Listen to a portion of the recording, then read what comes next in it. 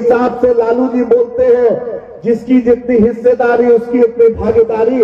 लालू जी बतलाइए 29 में कितना मुसलमान को आपने दिया? एक दिया, दरभंगा से लाके मधुबनी में एक साहब को दे दिया जो अभी तक होटल में रह रहे हैं।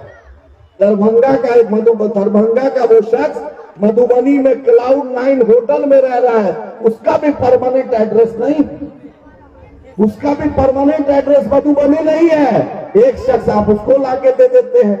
एक आप अररिया में जाकर मरहूम तस्लीमुद्दीन साहब के बेटा को, एक भाई एमपी था, एक भाई बेचारा एमपी चुनाव हारा था, उसका भाई बड़ा भाई को छोटा भाई से लड़ाकर तेजस्वी यादव ने 2 भाइयों में लड़ा दिया। पिछले बार हमने साथ दिया था तो भाई जीत गया था, आज बड़े भाई का हक था, लेकिन तेजस्वी यादव ने लड़ाई करा के उस घर को भी दूर कर दिया। लालू जी बोलते हैं कि जिसकी जितनी हिस्सेदारी उसकी उतनी भागीदारी। बतलाइए अखिलेश्वर शर्मा साहब बैठे या बच्चा, बताइए कौन बिरादरी से आप आते हैं? कौन भूमियार बिरादरी से आते हैं? हम लोग में कोई दूरी है? बतलाइए जरा, खाना दोपहर के साथ खाए कि नहीं? एक प्लेट में खाए कि नहीं? पूछिए राणा रणजीत भाई कौन बिरादरी से आते हैं? राजपूत बिरादरी से आते हैं। वहां पर देखिए डॉक्टर राशिद अंसारी साहब बैठे हैं। मजलिस इत्तेहादुल मुस्लिमीन एक गुलदस्ता है, हम काराकाट से भी पिछड़ा कैंडिडेट दे रहे हैं। हम हर जात हर तबका को एमआईएम टिकट दे रही है, क्योंकि हम उस गुलदस्ता पे विश्वास करते हैं जिस गुलदस्ता में सब तरह का फूल हो, उसी का नाम मजलिस इत्तेहादुल मुस्लिमीन। लोग बोलता है कि मुसलमानों की पार्टी है। एक आदमी जो राजीव गांधी जी के हाथों से सदस्यता लेते हैं, हमारे इस स्टेट में सबसे सीनियर अखिलेश्वर शर्मा साहब है, सबसे सीनियर है। और वो किसके खिलाफ चुनाव लड़ने जा रहे हैं? अखिलेश सिंह के बेटा के खिलाफ, जो कांग्रेस का प्रदेश अध्यक्ष है उसके बेटा के खिलाफ लड़ रहे हैं। इसलिए लड़ रहे हैं क्योंकि इन्होंने उसूलों से समझौता नहीं किया। जो आदमी कल तक अखिलेश सिंह राजद में थे वो कांग्रेस चले जाते हैं और कोई जरिया से प्रदेश अध्यक्ष बन जाते हैं, लेकिन जो आदमी राजीव गांधी जी जो पार्टी का प्राइम मिनिस्टर थे उसके हाथ से जो सदस्यता लेता है, मुझे शुक्र है, मैं शुक्रिया अदा करता हूं कि अखिलेश्वर शर्मा साहब आए और उन्होंने कहा कि नहीं, मैं ओवैसी साहब के आइडियोलॉजी का साथ हूं, मैं अख्तरुल इमान साहब के साथ हूं, मैं चलूंगा राणा रणजीत साहब के नॉमिनेशन में। इस जज्बे को हम सलाम करने आए। दोस्तों, आरजेडी के प्रत्याशी से पूछिए ना, मोदी जी का नाम लेने में क्या दिक्कत होता है? बतलाइए।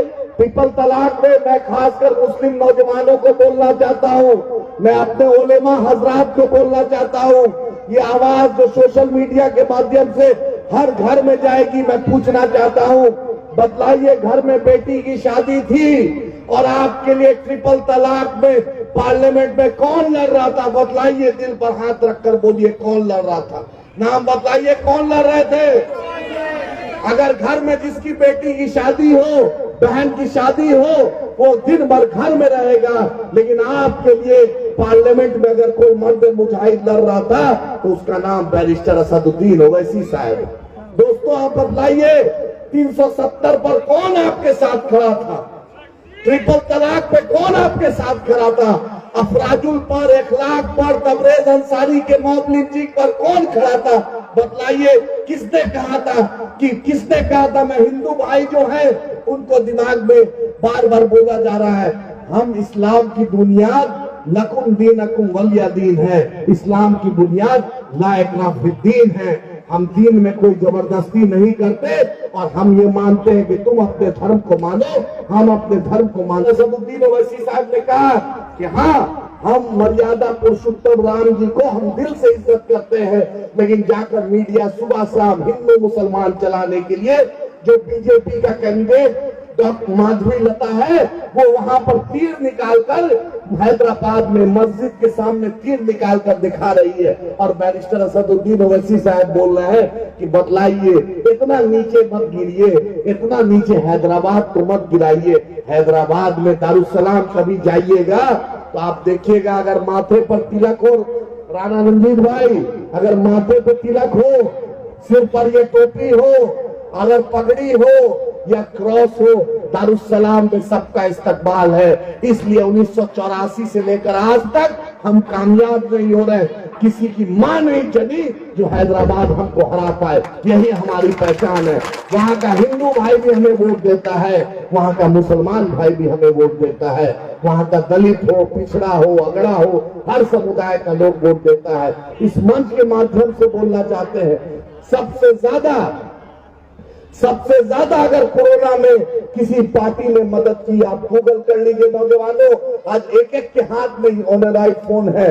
अगर सबसे ज्यादा कोरोना में किसी पॉलिटिकल पार्टी ने मदद की, मजदूर को, बिहार के मजदूरों को, बिहार के मदरसा के बच्चों को, या बिहार के लोग जो तेलंगाना में रहते हैं, सबसे ज्यादा किसी ने मदद की तो MIM ने मदद की।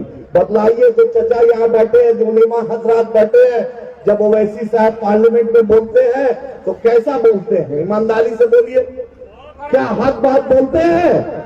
आज उसी की आदत, उसी ओवैसी साहब के नुमाइंदा, उसी ओवैसी साहब के नुमाइंदा राणा रंजीत भाई और अखिलेश्वर शर्मा और राशिद अंसारी साहब आपके बीच आए। मैं सिवान टीम का, गोपालगंज टीम का, बेतिया टीम का, ये राणा रंजीत भाई, ये आपकी कामयाबी की सनद है। आज गोपालगंज हो, सिवान हो, महाराजगंज हो या बिहार का दूसरा जिला हो, पटना से चलकर वो नौजवान पूरी टीम के साथ या दरभंगा मधुबनी से आया, इसलिए आया कि सबने ठान लिया राणा दिल्ली जाएगा, हक छीन कर लाएगा। सबने यही मन बना लिया है। आज से आप लोग लग जाइए, किसी को हम किसी बाहरी को कैंडिडेट नहीं देंगे।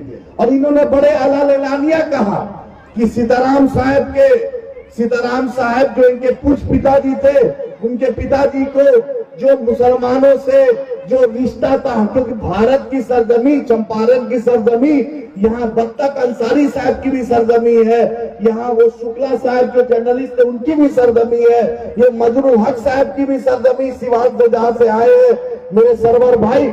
हम लोग हिंदू मुसलमान में फर्क नहीं पड़ते। हम इसलिए MIM आए हैं, हम इसलिए चाहते हैं आज हर बिरादरी, हर लोग की क़यादत खड़ी हो गई। हम भी चाहते हैं कि मेरी क़यादत खड़ी हो। सीमांचल में हमने कामयाबी दी, अब चंपारण की बाड़ी है। और जो विधायक लोग, पूर्व विधायक और विधायक लोग जो महागठबंधन के हैं, जो दलाली कर रहे हैं बाहरी का, उनको दलाली बंद कर दीजिए। विधानसभा आने